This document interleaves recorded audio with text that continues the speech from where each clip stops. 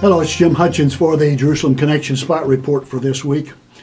Last Friday, at the close of the news cycle at a press conference in the White House Press Secretary Josh Earnest responded to a question as to the probability of this administration imposing sanctions on Israel for the settlements. And Mr. Earnest replied, "I'm not going to talk about any sort of internal deliberations inside the administration and certainly not inside the White House." He was pushed on this question, and he said, "I'm not willing to talk about those kinds of conversations. We believe settlements are illegitimate. We have deep concerns about highly contentious planning and construction activities that the Israeli government is pursuing in East Jerusalem and the West Bank, Judea and Samaria, the heartland of Israel, actually. We believe those settlements are counterproductive." One writer says, "The imposition of sanctions on Israel over its policies in the West Bank would mark a significant diplomatic shift on the for the U.S., which over the past years has consistently condemned building over the 1967 lines, but has not taken concrete steps to try to curb such activities." Just a brief history overview. In the 1967 war, the Arabs attacked Israel, and Israel recaptured all of Jerusalem and the West Bank. These were the spoils of war, and now the attackers, the Arabs, want the land returned as a reward for their attacks.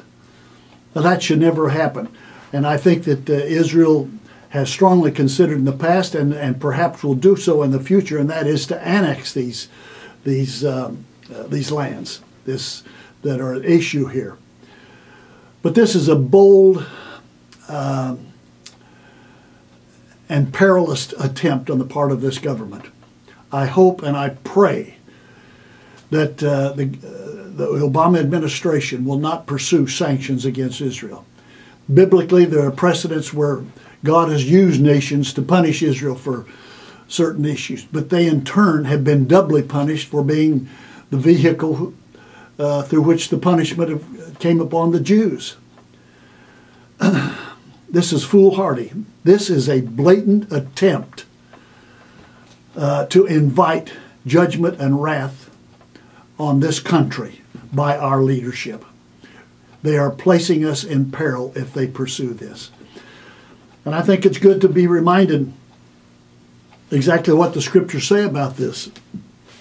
In Psalm 132, verse 13, the scriptures say, "For Yahweh has chosen Zion, he has desired it for his dwelling place."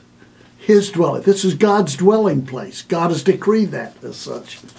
He tells us in the closing verses of 135, Psalm 135, "Praise be to Yahweh from Zion." Zion is a metaphor for all of Israel, including Jerusalem.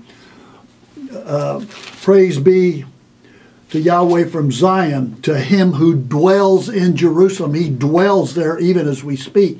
He's in absentia, but he's there anyway.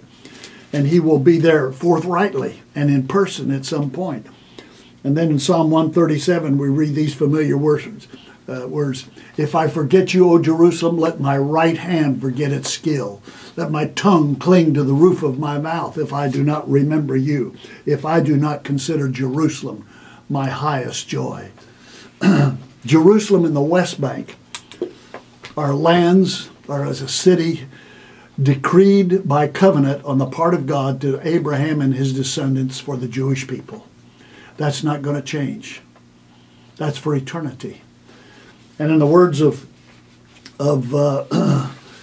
Prime Minister Netanyahu, Jerusalem is not a settlement.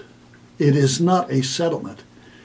It's the decreed city of God's presence, and that's not going to change. Woe be unto us if we attempt to change that. Till next week, Od Ki Yavo Shiloh, or until Messiah comes, Yivareka Yahweh. God bless you. God bless yours.